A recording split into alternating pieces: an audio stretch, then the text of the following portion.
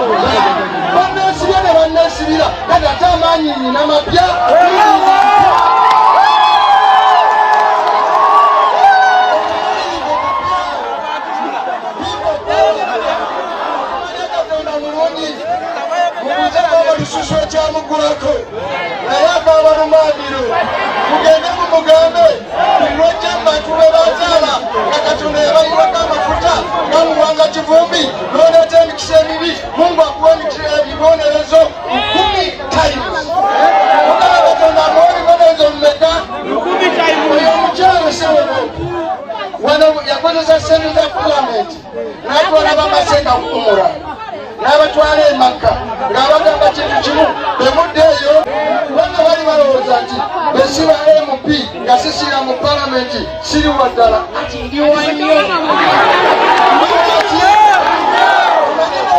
mukomera ne Nabi Yusufu ne Mandela ne Martin Luther King n'abalala bonna bateekebwako. Sirina kyensobola kubawa, sirina kyensobola kubasasula. Amazima mundaze kinabakolamu omulimu ne musigala nga mukola ki nga munjagala. Kyensobola okubasasula mukimanyi kulwanyisa abantu basibiri ate kati baali bana. Kale ebigambo ebyo ebyayogeddwa Honorable Muwanga Kivumbi mu kaseera nga embeera eri mu ggwanga ereetedde abantu abamu okuttako ekigere, abantu basinga bye bongedde okubeera nga ate basongako olunwe nti eyinza okuba nga yeeviiriddeko okukwatibwa kwe olunaku olwaleero. Ebigambo bya Honorable Muwanga Kivumbi nga yewera okugenda ku kitebe kya NUP ku lunaku olwa Mande okulangirira olutalo olupya ku gavumenti ya NRM, oyinza okugamba nti kubadde kulangirira okwenjawulo okubadde okuzibu okw'okuddamu okuwulira mu mulembe ne mu kaseera kano nga abantu ab'enjawulo abavaayo ne babikkula akamwa kaabwe okwogera ebigambo eby'omususa eri gavumenti babonerezebwa mu ngeri ez'enjawulo. Paka na kati awatuufu Honorable Muwanga Kivumbi waatwaliddwa tewannamanyika, wabula kiteeberezebwa nti nno engeri ejje eri mukutte gye liteebereza okuba nga lya SFC yandibanga atwaliddwa mu basementi oba mu kifo abantu abo ababa bakwatiddwa ku order za CDF we basooka okutwalibwa. Abantu abangi oluvannyuma lw'okukwatibwa kwa Honorable Muwanga Kivumbi bavuddeyo okusobola okuteekayo komenti zaabwe. Waliwo abagenda mu maaso okubeera nga bamunenya nga bamugamba embeera y'eggwanga Uganda nga bw'eyimiridde otandika otya okwetantala okwogera ebigambo ebifaanaganako bwe bityo ng'obiwerekereza omukulembeze w'eggwanga, obiwerekereza First Lady, obiwerekereza CDF. Abalala ne bavaayo ne bagamba nti gwe obadde olowooza Muwanga Kivumbi yagenze okwogera ebigambo bino nga mupya mu Uganda ebigenda mu maaso mu ggwanga tabimanyi. Wabula bw'obanga gwe Muwanga Kivumbi nga oyisemu ebyo byonna by'oyiseemu naye nga mu mutima gw'okkiriza nti tolina musango, obadde oyinza kukola ki mu ssaawa eyo? okukwatibwa kwa Honorable Mwanga Kivumbi era kuleeseewo akatuubagiro wakati w'abantu ababadde batandise okutunda School Authority egamba nti wabaddewo enteesaganya wakati w'omukulembeze w'eggwanga ne Honorable Mwanga Kivumbi asobole okubeera ng'ateebwa. Wabula oluvannyuma lw'okwogerezeganya okugambibwa okuba nti kwabaddewo akatayi kabali tekannasala na kkubo ate n'addamu n'akwatibwa. Kati abantu abo ng'ate balina okuddamu okukyusa ebigambo byabwe baasoose okwogera ate okusobola okuyiiya ebigambo ebipya. Currently embeera ey'enjawulo egenda mu maaso ku bulamu bwa Honorable Mwanga Kivumbi gye tugenda okuba nga tutambulirako ate n'amawulire amalala mangi okuli akabenje ka bbaasi akabaddewo ku luguudo lw'Ejjinja omufiiriddwa omuntu omu bbaasi eyo ebadde etwala baana ba ssomero n'amawulire amalala mangi nnyo. Alex Waiswa Mufumbiro ne banne bakomezeddwawo mu kkooti e Kanyanya wabula omulamuzi n'agaana okubawa bbeero. Honorable Luyimbazi Elias Nalukoola abadde munyiivu nnyo era abawereekereza ebigambo ebyo n'ebisingawo bye tugenda okuba nga tutambulira ate mu show ey'akawungeezi ku lunaku olwaleero.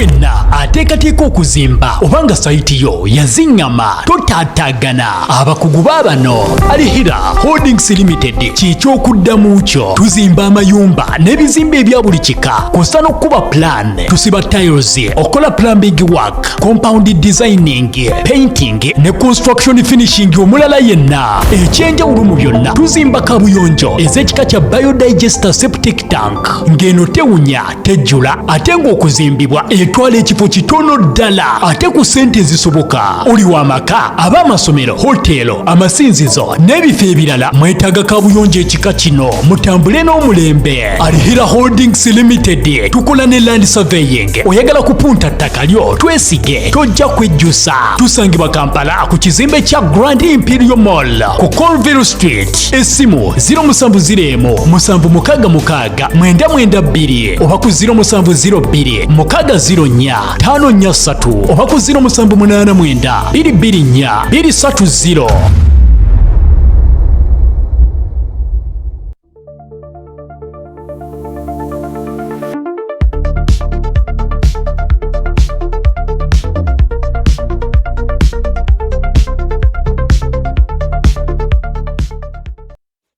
Kale kusema official njagala kubuuzaako akawungeezi ak'olunaku olwaleero nkwebaze byonna by'osobodde okuba nga ate okolako n'olwaleero kulikayo gy'osobodde okubeera nga ate otambulira.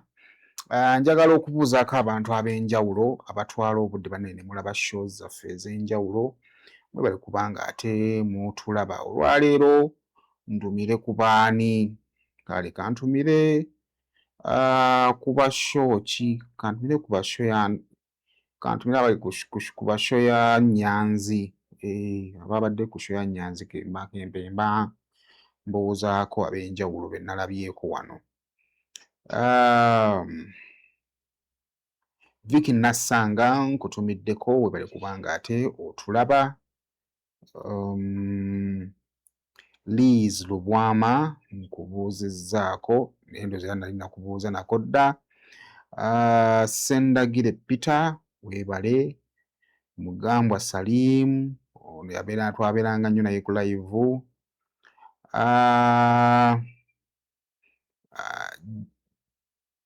Geneva Lopez Sanyu Edith, Luyimba Godfrey, Mutesi Betty, Sleepy Tales, Suso Simon, Muwagizi Peter, Kawoya Babirye, Jole Sims, Madina Lee, Sulaina Nancha, banange muli bangi nnyo ababeera mu comment section. Genda mu maaso kubeera nga ate okomentinga ku video eno okusobola okumanya kigo ky'oba olowooza ku biba bitambudde mu lunaku. Ate genda mu maaso kubeera nga ate video eno ogirayikinga, nakyo kijja kiyambako okuba nga ate yeeyongera ddala okuba nga ate etambula okusobola okutuuka awo oba oli awo weetandise obudde kubeera nga ate etuuka. Twagala n'okwebaza abantu ab'enjawulo abateekamu kasente. Thank you so much. Abakama baffe abateekamu ssente. Rosemore Beddings basangibwa Kasubi bw'otuuka ku bitaala booti ng'agenda e Namuŋŋoona we bali ojja okubasanga bakutegeeza nno gwali eyo ng'oli bweru wa ggwanga ng'onoonya kifo w'osobola okugula ebintu eby'omu kisenge osuleko obulungi. Rosemore Beddings details zaabwe weeziri awo wansi osobola okubakubirako ebisingawo n'ogenda mu maaso okubira ng'ate obitegeera. Kale kiza nkutegeeze ku bannaffe aba Merinio Logistics batika bintu nga babijja China nga babireeta mu ggwanga erya Uganda.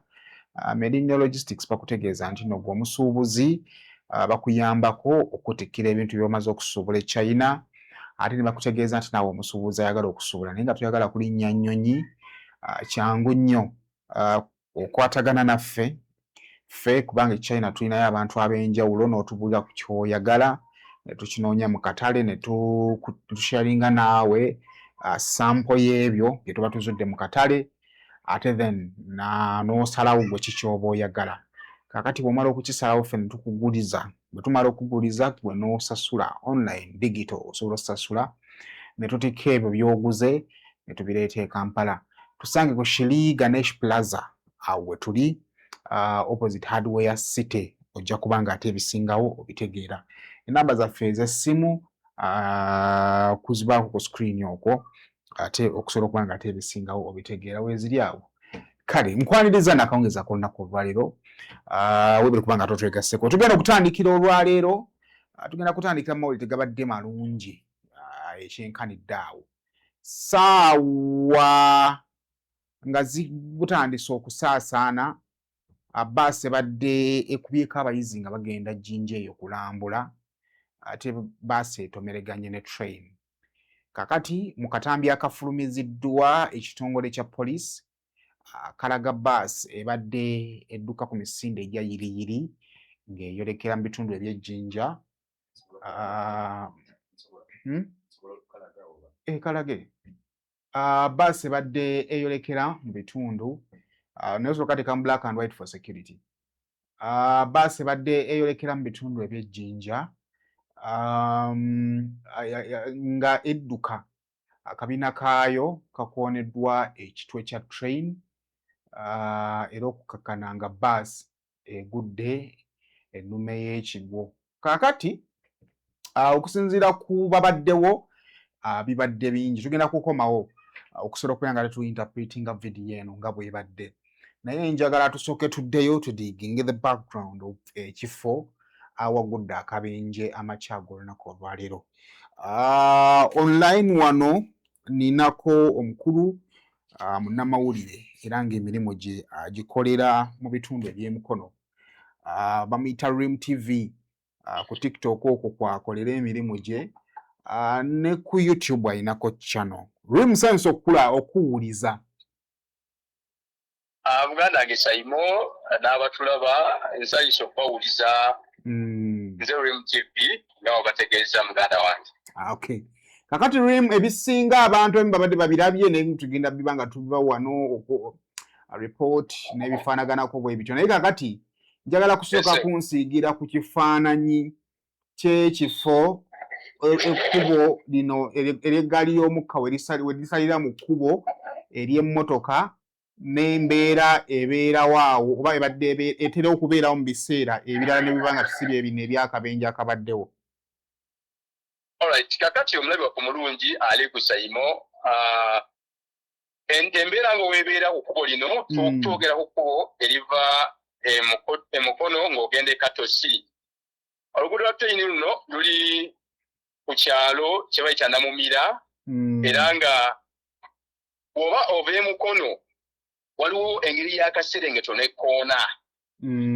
Kati mu kkoona eryo abamu ku batuuze abawangalya mu kifo ekyo bagamba nti buli lunaku oba buli ssaawa za training ng'ekomawo era ng'egenda e Kampala, omusirikale ajja n'ayimiriza ebidduka wamu n'okubitegeeza nti mu maaso waliyo ekikola ki, waliwo ekijja oba train egenda kusala. Naye train nayo kwetadde okubeera ng'ekuba eŋŋombe yaayo.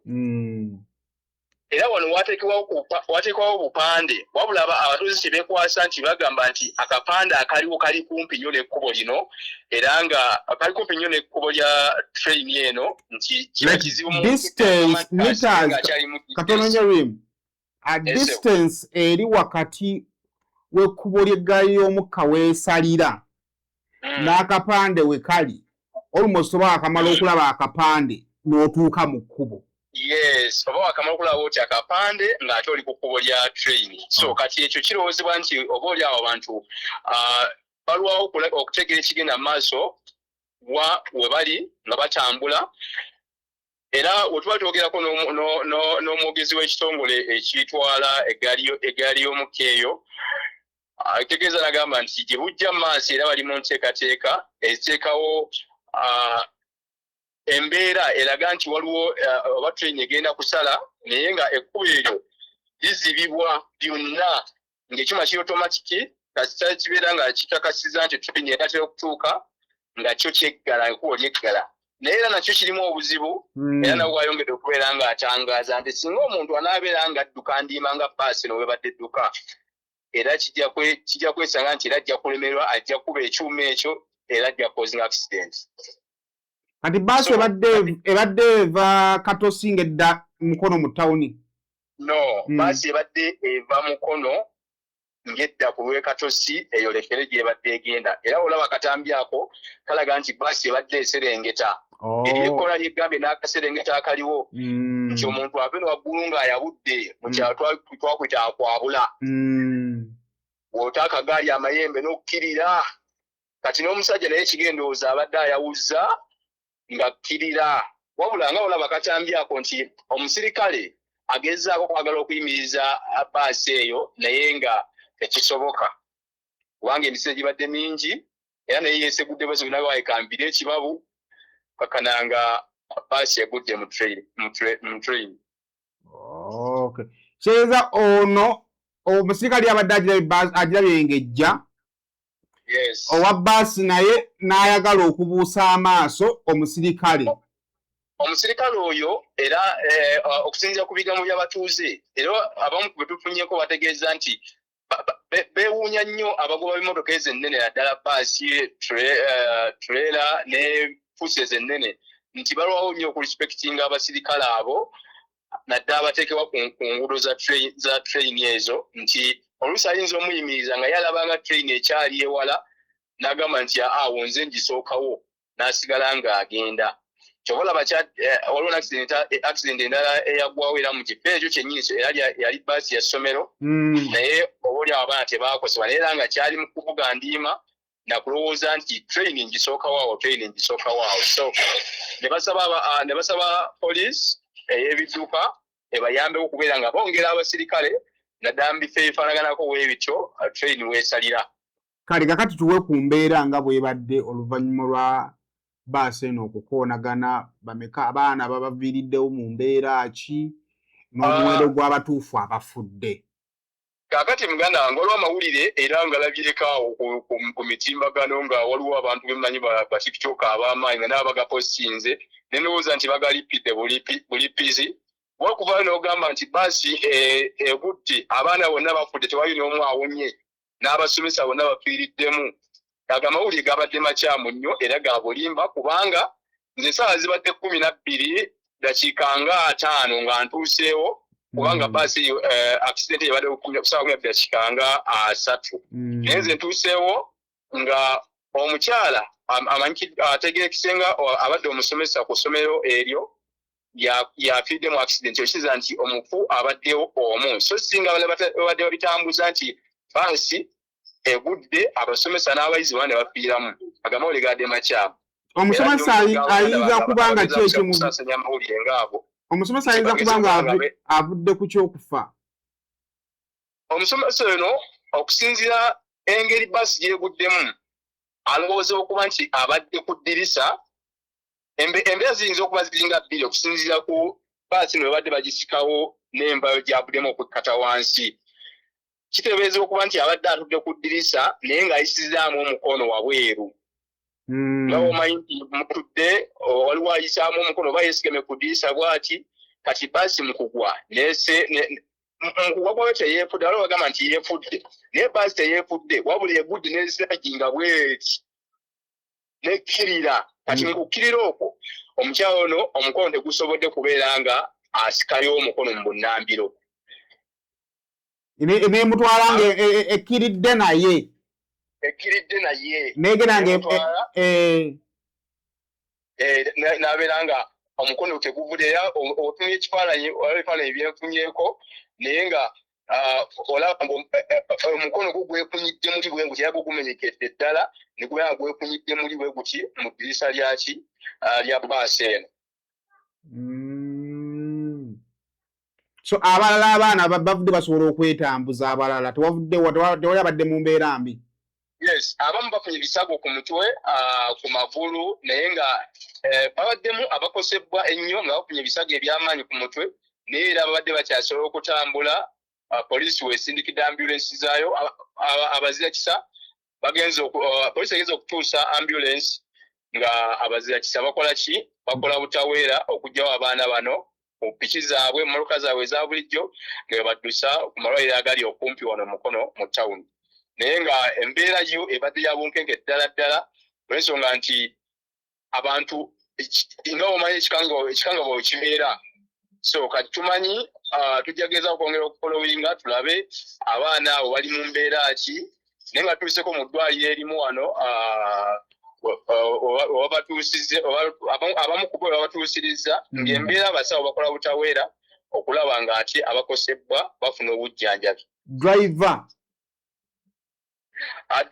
kitegeerekese nti abadde agezaako okudduka wabula simanyi mukama Katonda kiki yateeka mu badriver bakakodyo kaabwe simanyi naddala bavuga emmotoka ezo ennene oba wabeera nga asimatuse n'abeera nga awunya ate yasalawo kubeera nga takokola tondeka nnyuma naye nga bagezaako bo bennyininyini abaddukanya train eno bagezaako kubeera nga bamukwata era agenda abitebye so bamukutte alemereddwa okudduka bamukutte alemereddwa okudduka bamukutte abadde ageza okwagala okubeera nga ava mu kifo kye.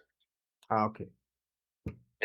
Kale ndowooza just in case of any details tujjaba tukunoonyaako tweyanza update eyo. Akabenje kabadde ku lukubo ly'e Katosi of Jinja Road. Ova ku kubo ly'e Jinja Road okyamira ndowooza bayite Wantone. Okyamira Wantone n'okwata ku lw'e Katosi. N'okwata ku oba okatambulawo katono nnyo kwayitawo Namubira. Train eyo weesalira. Poze lirigwa ekisoga. Essebo. Okay, gye twagenda nga tugenda oziika Ismail Access. Kale, tweyanze tujja bba tukunoonyaako in case of any details. Kale, enteekateeka bwetyo bwebadde. Ndowooza nga bw'olaba abaana ekyekanga ku makya. Byogeddwako nnyo abavuzi ba bbaasi abo b'engeri gye bakuwa ennyo balina bye banywa. Ne poliisi oyinza okwagala oginenya ne poliisi egezaako nnyo. Bw'oba wali otravelinzeeko ng'otambulira mu bbaasi bayimiriza bbaasi n'okukoowa n'okoowa. So bannaffe aba traffic police bagezaako nnyo okukola omulimu gwabwe. Naye ekirungi nti omukulu ono akwatiddwa kubanga ekisooka omusirikale amulaza omukono nga amulaba kitegeeza nti ono wa bbaasi yeefudde mugezi okulaga nti abadde ali ku bwangu. Kubanga omusirikale either aba akuyimiriza ng'alina queries ze z'akuyimirizaako ng'oweetaaga okuyimirira osookoddemu byakubuuza omulaba. Ti omusirikale oyo azze wakati mu kkubo n'ayimirira. Era omusirikale oyo omulaba nga ye asigadde mu kkakkamu ng'alina ekirowoozo nti ono gw'ayimirizza ajja kuyimirira. Omulaba nga he's taking his time. Akimanyi amuwadde omukono agenda kuyimirira. Omulaba naye ekimuweddeko kwe kulaba nga gw'ayimiriza akyayongera kusonga busonzi. Badde ku X okwo nga ndaba waliwo bataddeyo posti nga bagamba kuba naani mukyamu. Ekyamazima we twakulyanga nga batugamba nti gali y'omukka tekoona. Kubanga gw'aba agirumbye mu kkubo lyayo. Ekyokubiri bannaffe ab'eggaali y'omukka babadde bali organized bakulaze bakuwadde omukono okutegeera bakuwadde omukono nti yimirira owa bbaasi omulaba nga ne mu kujja kwe agezaako okuwugula bbaasi eno okugidduka era ndowooza singa asigadde ali straight emmotoka eno train eno ebadde egenda kwambala emmotoka eno mu makkati olwo eryoke egivuga egitwale oba okitegeera naye agezezzaako okugiwugula kyovulaba nti bagikuye mu kibiina bagikuye mu mbiriizi era ojja kusanga abaana bonna abafunye ebisago mitwe gyekoonye ku byuma tewabaddeewo buvune buzze kukoonagana kwa train na mmotoka wabula emitwe jjukira abaasomako baasi muzimanyi baasi y'essomero mubeera mu lwali mubeera mu kuyimba so kijja kigwawo bugwi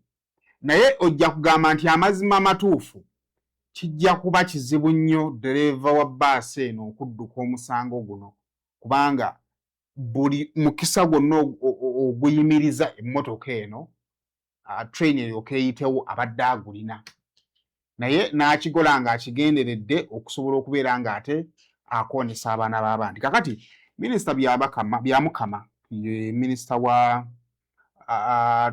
transport works and transport atuwadde remarks ze akabenja ako nga kakagwawo sooka omumpeeko. The bus which was carrying our school children, one we are sorry for our younger people and the school what has happened this morning where we had the metro dying, but the mistake was on the driver of the bus. I've instructed our people to release a video. They will release it because now a train does not knock, it is who knocks a train. Because we have put in place all the measures to ensure that they alert you that the train is coming. So you see the videos, I've told them to release the video. The mistake was the overspeeding of the driver. The driver, there was a police officer from Uganda Railways who even showed him that please stop, the train is coming. But this man saw it was wise enough. He continued and now he knocked the train. We feel sorry for the life lost, but also we are warning our Ugandans. While you're on these roads, try to be patient. You be patient. Kale, banaffe kitongole ekiddukanya eggaali y'omukka bavudde ne batuwaako obubaka obumu bw'oba osooka ompaakwanna butubuyite mu lumu buveewo. Uganda Railway Corporation bavudde ne bagamba accident involving train. An accident has been registered at Katosi level crossing at around 6:30 a.m. involving our passenger train and the bus belonging to the Friendship Company. Available info indicates that the bus traveling at high speed failed to stop in time for the train. At the time of the accident, the level crossing was managed by a railway police officer and the bus was waved to stop. The driver disregarded the instructions. Unfortunately, injuries were registered from the occupants of the bus and one fatality, which is regrettable. Investigations are ongoing by the relevant authorities. So, bwe bityo bikyagenda maaso okubeera ng'ate bitambula, twongere kubasabira. Kakati kino kigenza okugwawo ng'ate twakamala okufuna akabenja akalala akakakali kagudde ku ggulu.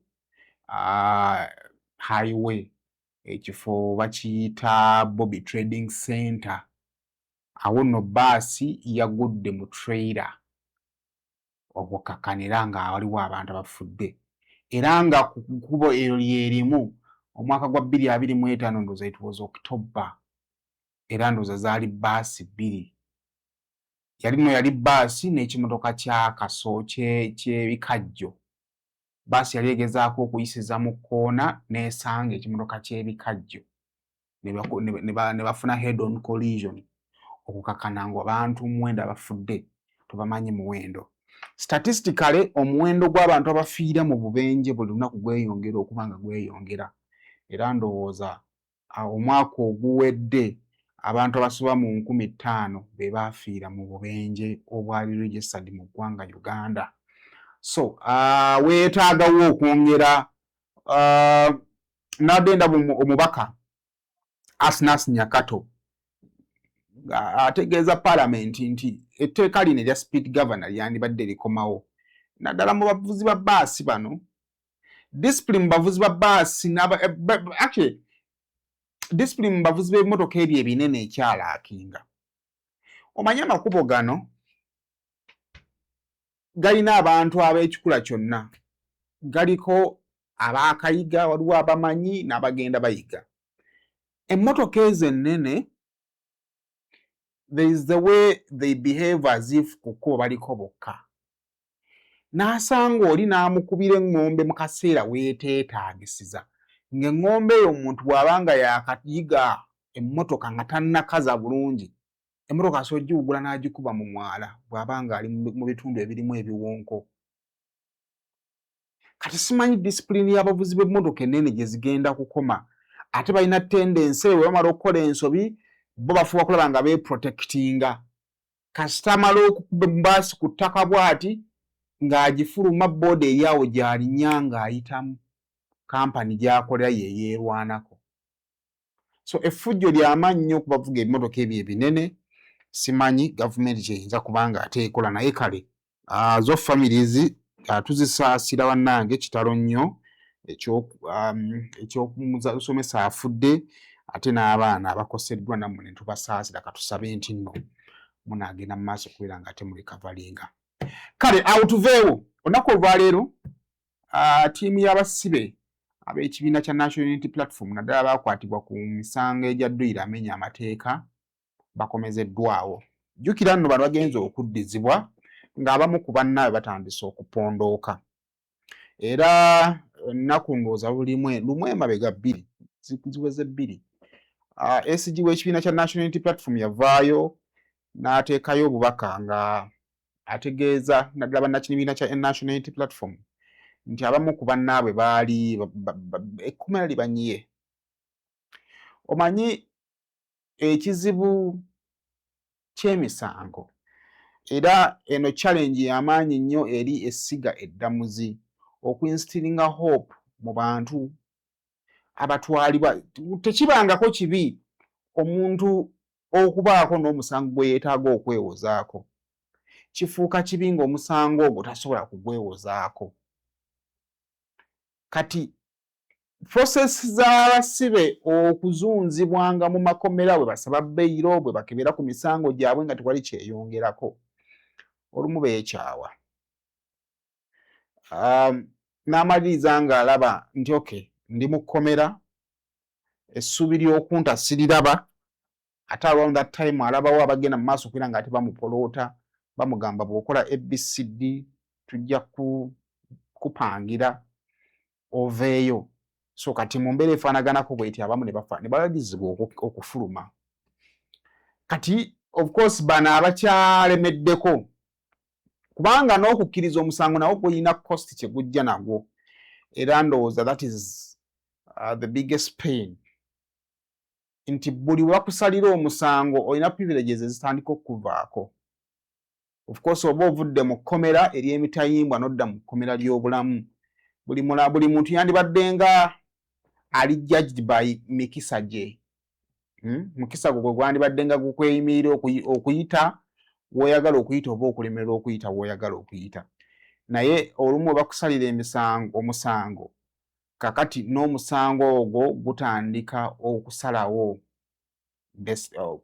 destiny yo wogenda ne wawotagenda. Ate ndaba ku Council Shamim Malende nga nnyonnyola bizibu ki ebiri mu kukkiriza omusango nga tewaguzza ne bagukusalira. Tekituufu oba ofulumye, naye oba ofulumye n'ekintu ekinene ekiyinza okukostinga eyo mu maaso. So abamu bakyagaanye olw'ensonga eyo nti naye lwaki ondeetera okukkiriza omusango gwe saakola ki gwe sazza. Kakati abamu ku bo baali balina essuubi nga baali bateekamu okweyimirirwa kwabwe, naye ne batasobola kukkirizibwa kuweebwa bbeeri.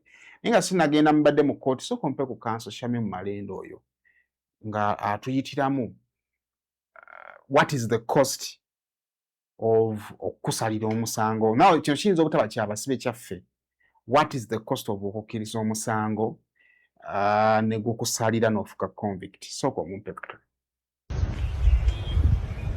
Nze Shamim Malende ombaka omukyala owa Kampala njagala kukujjukiza nti omuntu yenna bw'okkiriza omusango mu kkooti nti wagukola ne gubanga omusango gukusingisibwa wabeerawo ebintu ebibeera bikwolekedde oba ne bw'obeera ng'omusango gwe bakuwozesezza ne gukusinga era ne bakkakatako nti gukusinze waliwo obulabe bw'oba oyolekedde mu maaso bw'oyinza obutalabirawo okugeza osobola okuba nga tokyakkirizibwa kwesimbawo ku kifo kyonna kya bukulembeze ne bw'otuuka mu maaso nga gw'ofuuse Robert Kyagulanyi Ssentamu ng'abantu bakwagala nga byeyogera by'amagezi nga balaba wandi bakulembedde mu Uganda eddako obeere pulezidenti waabwe mu constitution ya Uganda oba tokyakkirizibwa kwesimbawo abantu bayinza okugamba mu constituency nti jangu obeere nga weesimbawo naye ekyo ky'oba wakkiriza omusango kiba kikugaana okwesimbawo so mu nsonga z'obukulembeze ojja kwesanga nga kijja kukwata mu maaso eyo. Ekyokubiri mu nsonga za Interpol n'okufuna certificate of good conduct okugendako mu nsi ez'endala okufuna ku mirimu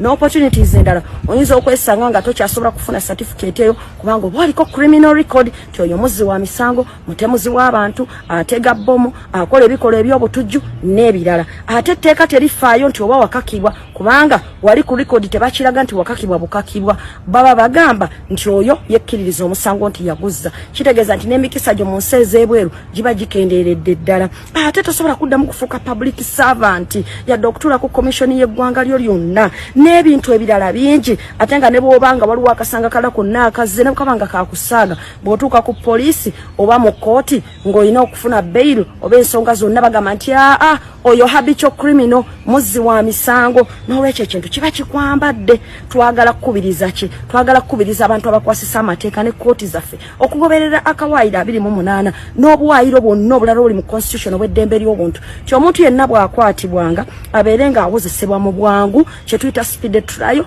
abeere nga awozesebwa mu kooti etalina kyekubiira kye tuyita impartial court era abeere nga awozesebwa mu lujjudde kye tuyita public hearing.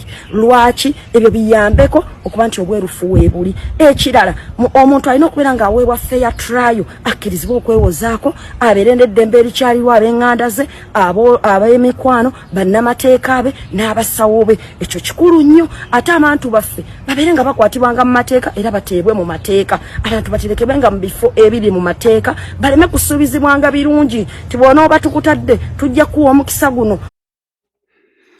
Kale nesimanyi wakati nga balala mwateekayo okusaba eri ekitiibwa omulamuzi atwala kkooti eno nga mwagala singa oba kale omanyi mu Uganda wano waliwo nate omuntu wakkiriza omusango ate aba agenda automatically mu kufuna kibonerezo kkooti batekyalina ngeri gyemuta byonna bizibu but we need to have this information with you. Maybe bw'otuuka okukola singa Katonda aba akugeredde ekyo ne kituuka gy'oli ebyo weetaaga okuba nga obimanyi.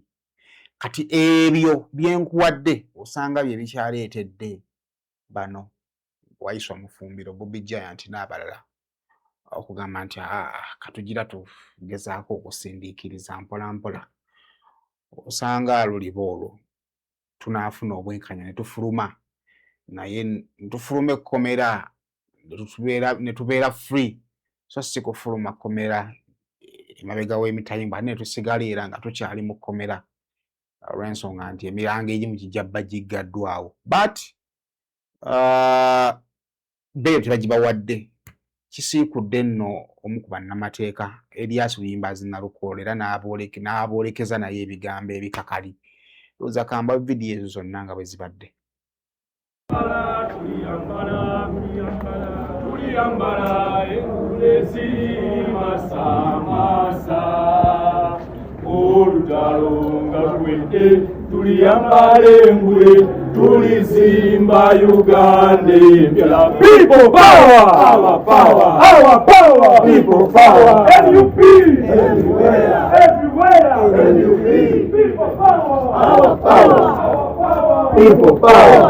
Abalemerako bebamalako abalemerako bebamalako abalemerako bebamalako.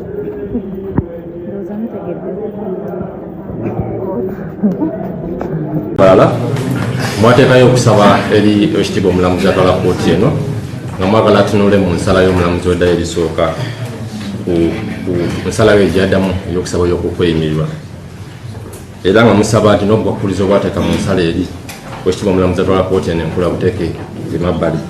Ekitiibwa omulamuzi atunulidde byonna byonna ebyawayo bapulida bammwe n'oludda oluwaabi era n'alaba nti okusaba kuno tekuliimu nsa era tekukkiriziddwa era mu mbeera bweti pulida wammwe ategeeza kkooti nti agenda kujulira eri ensala eno n'asaba kkooti eno ebumbebumbe byonna byonna ebadde mu musango guno bisatifayingibwe kkooti eno kusobola ogenda mu maaso n'okujulira eri ensala eno.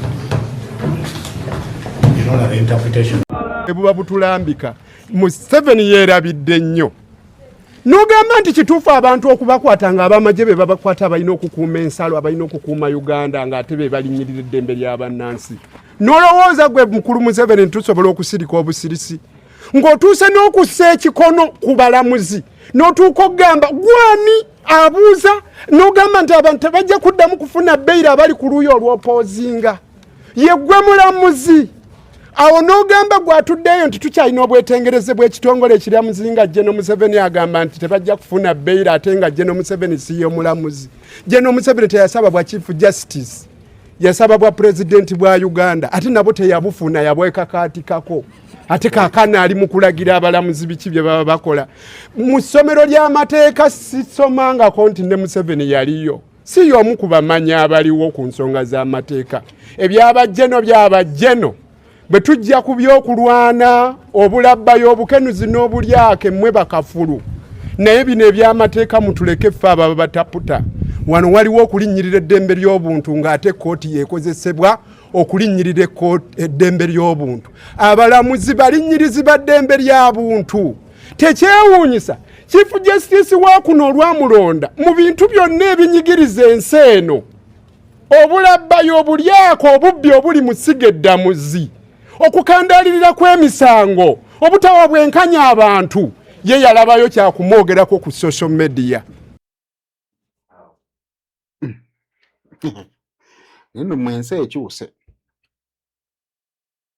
ate abantu balina okusinga okwekaabira yemmwe abantu ba bulijjo okimanyi nti buli woowulira muntu kati akangula ku ddoboozi otandika omweraliikirirako.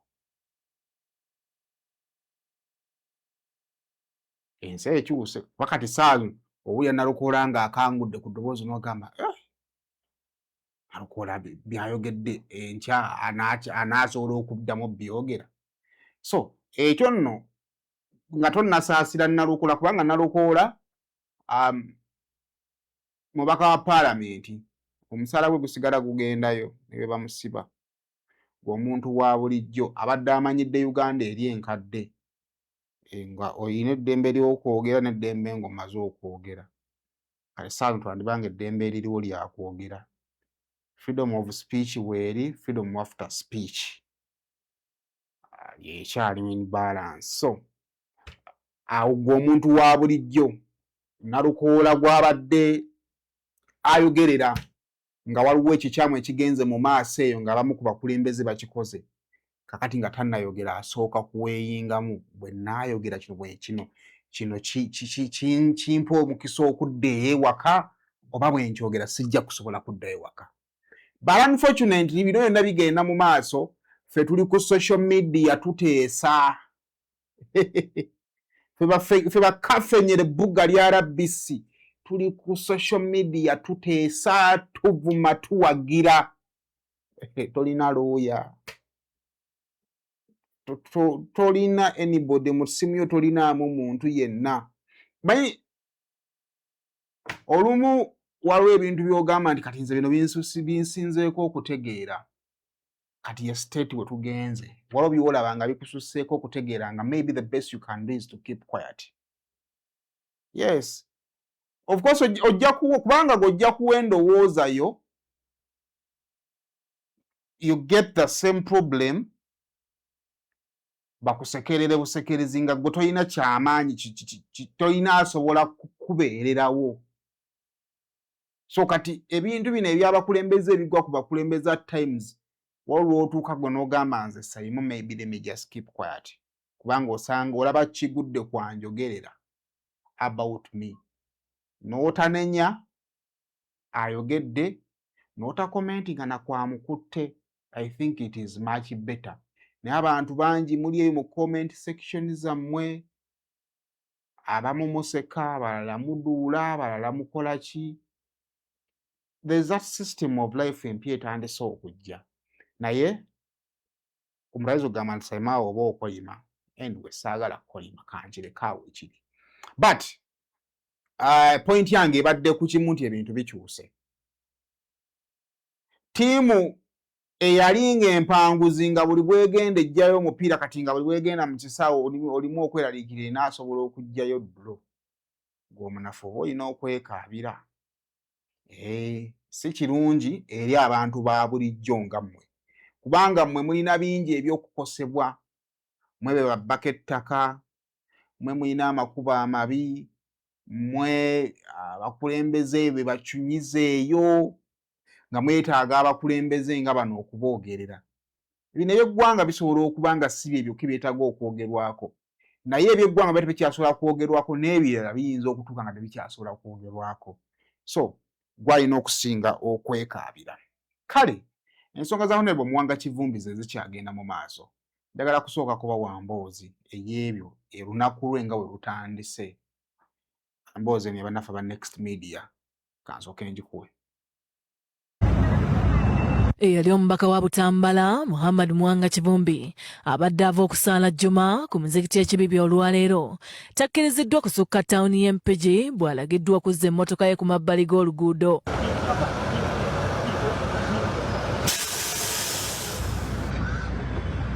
Kivumbi oluze ku mabbali abasajja ab'obukookolo nga bambadde ebiddugavu bamusikambudde mu mmotoka ye ne bamuteeka mu yaabwe ekika kya drone olwo ne basimbula mizibu nga badda Kampala.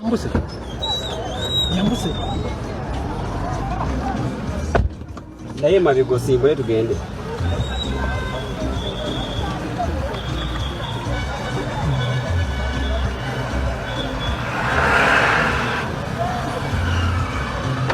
Wetujjidde ku mpewo nga teri kitongole kya byakwerinda kyavuddeyo okukakasa nti kye kirina Kivumbi n'okutegeeza ekimukwasizza. Nga tannakwatibwa bannabutambala olwategedde nti yali omubaka waabwe Muwanga Kivumbi yabadde ateereddwa kakulu ka kkooti babukeerezza nkokola okugenda ewaka we okumukulisa ekkomera gy'amaze emyezi 5 okwoleka essanyu lye babadde nalyo. Abamu bebbisa ensuku zaabwe okumutemerayo enkota z'ettooke so nga abalala bakedde ebiyungu ne bamugirayo sseggwanga awute ku ssupu. Ssaawa nga 7 ez'emisana Kivumbi agenzeeko ku muzikiti ekibibi okwebaza omutonzi eyamugye mu kkomera. Eno abasiraamu banne bamukulisizza ekkomera ne bategeeza nti nabo babadde tebasuubira nti banaaba naye olwaleero olw'engeri omusango gwe gye gubadde gukwatiddwamu. Oweekitiibwa Honorable Muhammad Muwanga Kivumbi Allah yamutuddiza era olunaku luno olw'okutaano Yaumul Mubarak Yaumul Jumaa tusadde naye ku muzikiti ogusinga okuba ogw'ekitiibwa mu ssaza lyaffe erya Butambala ey'Ekibibi. Allahu Akbar. Takbir. Takbir. Takbir. Akulembedde okusaala Juma olwaleero taludde n'akwasa Kivumbi akazindaalo okwogera eri abasiraamu banne wamma n'enkuwulirira enduulu. Kivumbi asoose kwebaza mutonzi eyamuwonyezza ekkomera era n'asiima bannabutambala okumulaga omukwano nga n'abamu babadde bamukyalirako mu kkomera ne bamutwalira emmere kw'ossa okumusabira. Kivumbi bano abattottolidde ennaku gy'alabidde mu kkomera ekitalya okuli okumusuza mu kaduukulu ng'ettaala tezikira, okumuggalira essaawa ezisoba mu 12 buli lunaku n'ebintu ebirala. Bannange ekkomera liruma enkomera erikola ki mumanyirira okulaba ku green mukomera okulaba ebweru nakyo kiranga kirabo kubanga omaze emyezi 6 kambawulire kimu nga sikwatanga ku ssimu. Olunaku olw'eggulo Kivumbi lwe yakomyewo mu maka ge Butambala nga lwe yasemba okubeerayo. Ennyumba ye ab'ebyokwerinda baagisindirira amasasi okukkakkana ng'abantu 7 okuli abakyala 5 n'abaami 2 baafiirawo. Olw'embeera eyaliwo Kivumbi agamba nti ekiro ky'eggulo kyabadde kiwanvu ng'abuutikiddwa ebirowoozo by'ebyobeera olw'enjege eyaliwo. Ekiro kyajjo abaana 4 nga bamaama baabwe baabattira mu awe waka bazze okunnyaniriza okuva mu kkomera era baasuzeewo nasuze nabo mu nnyumba awo. N'olwekyo nga otunula ku mwana n'otunulira we battayira maama we n'ogamba wano bamaama baabwe be baagenda bwe buvunaanyizibwa bwe bandekera naye nga kiro kyabadde kikalubo ng'ojjukiramu ebyo byonna n'otula mu garaji awo nejjukire kyekiro ekyo nasituka nga yo garaji ejjudde musaayi gw'abantu be battidde ewaka. Kyokka Kivumbi agamba bino byonna tebirina we bimalira mu maanyi era agenda kutandikira we yakoma okuwakanya gavumenti eno eyamuviirako okusindikibwa mu nkomyo. Kivumbi asiramu kwesa bannayuganda bonna okwongera okuteeka mu ssaala abantu nga Erias Lukwago, Dr. Kizza Besigye ku ssaabasiba abalala nabo basobole okuyimbulwa kubanga eddembe lyabwe eribaweebwa ssemateeka lityoboolwa.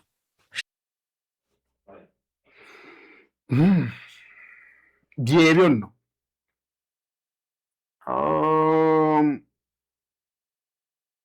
tekinnakakasibwa wa waatwaliddwa naye tulowooza nti we zinaaweera eyo ssaawa nga 6 tujja kuba tutegedde okusinziira ku mikutu okwawukanako nga bwe kyali ku eyali omuloodi w'ekibuga Kampala. CDF yayanguwa okwambala obuvunaanyizibwa bw'okuba nga yali akutte omuloodi w'ekibuga Kampala, naye ku ono tewannabaawo kiwandiiko kitongole kijja. Ekyo nno kyongera ebibuuzo ku ensonga yandibadde ki eyinza okuba nga yavuddeko okukwatibwa kwe.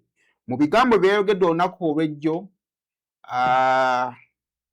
yayogedde ebigambo ng'oyinza okugamba nti tebikuba sayidi emu, wadde ng'abantu abasinga obwongo babutadde nnyo ku CDF, naye ate ebigambo byayogedde byayolekerereza amaka g'omukulembeze w'eggwanga okuli maama Janet Kataha Museveni ne Pulezidenti Kaguta Museveni yennyini nabo byabadde bikakali. So bw'oba otresinga ani ayinza okuba alina obuvunaanyizibwa, oyinza okugamba nti nno oyinza obutasonga wamu. Manyi ebiseera ebisinga n'ekintu ekigonvu olumu wabaayo ebikola ki ebikikalubya ng'eyinza obba nkambwe naye ate omwana gwe bagamba bagutwala ate esukka obukambwe. Waliwo omu gwe nalyogaye n'aŋŋamba nti mu kaseera kano ke tulimu nga maama Janet Kataha Museveni akyali munafunafu, bannabyabufuzi bandisoose ne bamulekera awo muteeka mu bigambo byabwe lwansonga nti bayinza okukozesa mukulu munne ensobi.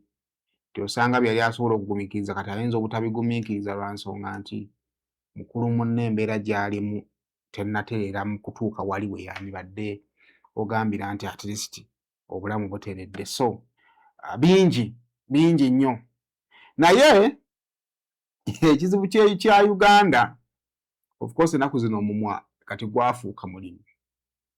Oluvannyuma lwa Mwanga Kivumbi okuteebwa propaganda nga bwe tuyinza omuyita abadde atandise. Okukwatibwa kuno kati kuleeseewo ebizibu era kati analysis za political shows ezibadde zitandise okutambula olunaku olwaleero ezibadde zitegekeddwa akawungeezi ak'olunaku n'olunaku olw'enkya. Abantu abasinga bali batandise okutambulira mu layini ya omukulu boogerezeganyizza, naye ate bwaddamu n'akwatibwa kireeta ate okutabulatabula baba boogerezeganyizza tosobola kwogerezeganya na muntu n'otamanya kyayagala ne kyatakola kikyatayagala kubanga mu bigambo bya Honorable Mwanga Kivumbi because wali asobola okugamba nti kisoboka asobola okuba nga yayogerezeganyiza n'omukulembeze w'eggwanga naye nga n'amugjayo wali asobola okugamba nti yayogerezeganyiza ne CDF n'amugjayo but mu bigambo bye bonna yabayisizaamu eggaali ate n'abayisaamu eri enka kakati ekyo kireeta obuzibu okukakasa ddala waabanga yayogerezeganyiza nabo okasobola obbeevumyavumya ku buli w'enguzi na biki ne lwaki yandibayingidde that far n'abanyonyodde ne bagamba nti kooti eyo abantu abamu tebagimanyi omulamuzi agituulamu emisango egifaanaganako bwetyo singa oludda oluwawaabira luleeta obujulizi nti nno oludda oluwaabi lwagiruloopa ne lulemereddwa okukuŋŋaanya obujulizi omulamuzi oyo on record abadde nga abasiba abata oba muddamu ne mubakwata mu manyi naye yaddamu n'abakola ki n'abata naye ebisingako awo tujja bba tufuna details zaabyo nga bwe zigenda okuba nga zitambula muzikirize naye aleero gikomi wano tujja kuddamu.